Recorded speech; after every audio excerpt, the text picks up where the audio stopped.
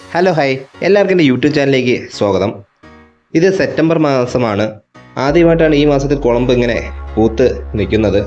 ഈ വട്ടം അതുകൊണ്ട് മാമ്പഴ സീസൺ നേരത്തെ ആണെന്നൊരു സംശയമുണ്ട്. കുറച്ച് പൂവൊന്നുമല്ല, മാവ് നിറച്ച് നല്ല രീതിയിൽ ഇത് പൂത്തിട്ടുണ്ട്. സാധാ ആദ്യമേ പൂക്കുന്ന ഇനം തന്നെയാണ് കുളമ്പ്, എന്നാൽ ഇത്രയും നേരത്തെ ഇതുവരെ പൂത്തിട്ടില്ല. ഇവിടെ ഇനി സീസൺ ആദ്യമാണെന്ന് തോന്നുന്നു. നല്ല രീതിയിൽ മാവ് ഫുള്ളായിട്ട് പൂത്തിട്ടുണ്ട്. അങ്ങനെയായിട്ട് ചെറിയ കണ്ണിമാങ്ങയൊക്കെ കാണുന്നുണ്ടായിരുന്നു. ഇനിയിപ്പോൾ മഴയൊക്കെ പെയ്തതിനു ശേഷം ഇത് നിൽക്കുമെന്ന് അറിയത്തില്ല, പക്ഷേ പതിവിലും കൂടുതൽ നിറച്ച് പൂത്തിട്ടുണ്ട്. അതിനൊക്കെ നേരത്തെ പൂത്തിട്ടുണ്ട്. നിങ്ങളിപ്പോൾ കാണുന്നത് മാവ് നിറച്ച് ഫുള്ളായിട്ട് പൂത്ത് വരുന്നുണ്ട്. അപ്പോൾ ഈ വട്ടം മാമ്പഴ സീസണൊക്കെ നേരത്തെ എന്ന് വിചാരിക്കുന്നു. നിങ്ങളെല്ലാവരും നട്ടിട്ടുള്ളൊരു മാമ്പഴമായിരിക്കും കുളമ്പെന്നത്. ഇതാണ് കുളമ്പ്. ഇത് കഴിഞ്ഞ കൊല്ലം കിട്ടിയ മാങ്ങയുടെ വീഡിയോ ആണ്. ഇതിൻ്റെ മെയിൻ പ്രത്യേകത എന്ന് പറഞ്ഞാൽ പുഴുശല്യം ഒട്ടും തന്നെ ഇല്ലാത്തൊരു മാവാണ് കുളമ്പ്. അതിൽ തന്നെ ഇതിൻ്റെ ഒരു തൈ വെച്ചാൽ 3-4 കൊല്ലം കൊണ്ട് കായ്ക്കാൻ തുടങ്ങും. പിന്നീട് എല്ലാ കൊല്ലം കൃത്യമായി പൂക്കുകയും ഇഷ്ടം പോലെ കായ്കൾ പിടിക്കുന്നതുമായ നല്ലൊരു ഇനം തന്നെയാണ് കുളമ്പ്. അത്യാവശ്യം മധുരമൊക്കെ ഉണ്ട്, നല്ല ടേസ്റ്റുമാണ്.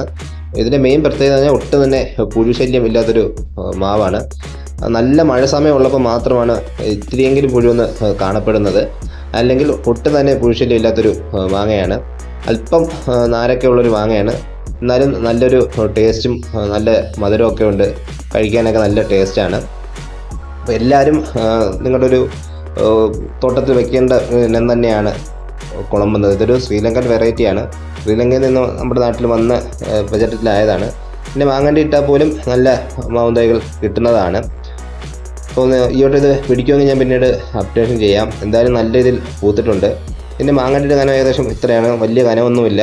ബാക്കി നല്ല ഭാഗം നമുക്ക് കഴിക്കാൻ തന്നെ കിട്ടും. വളരെ ചെറിയ കനമുള്ള മാങ്ങണ്ടിയാണ് ഇതിനുള്ളത്. അപ്പോൾ നിങ്ങൾക്ക് വീഡിയോ ഇഷ്ടപ്പെട്ടെങ്കിൽ നിങ്ങൾ തീർച്ചയായും ലൈക്ക് ചെയ്യുക, അതിനൊക്കെ തന്നെ സബ്സ്ക്രൈബ് ചെയ്യുക. Thank you for watching.